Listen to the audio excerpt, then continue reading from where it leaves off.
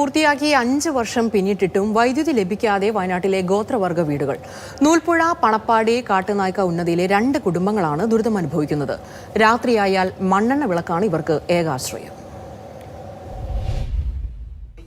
പണപ്പാടി ഉന്നതിയിലെ അമ്മിണി, രാധ എന്നിവർക്കാണ് ഇതുവരെ വൈദ്യുത കണക്ഷൻ ലഭിക്കാത്തത്.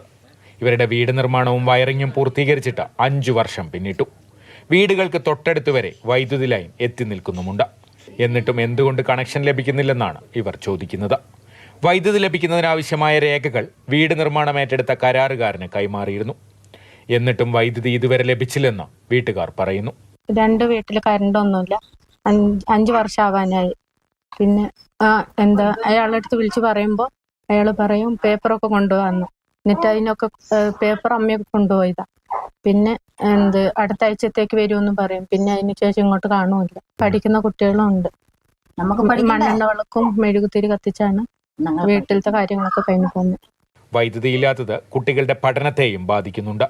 3, 9, 10 ക്ലാസ്സുകളിൽ പഠിക്കുന്ന 3 കുട്ടികളാണ് രാധയ്ക്കുള്ളത്. ഇവർ മണ്ണെണ്ണ വിളക്കിന്റെയും അടുപ്പിൽ വിറക് കത്തുന്നതിന്റെയും വെളിച്ചത്തിലാണ് പഠിക്കുന്നത്. വനാതിർത്തിയോട് ചേർന്ന് കിടക്കുന്ന ഉന്നതിയായതിനാൽ വന്യമൃഗശല്യവും രൂക്ഷമാണ്. മാതൃഭൂമി ന്യൂസ്, വയനാട്.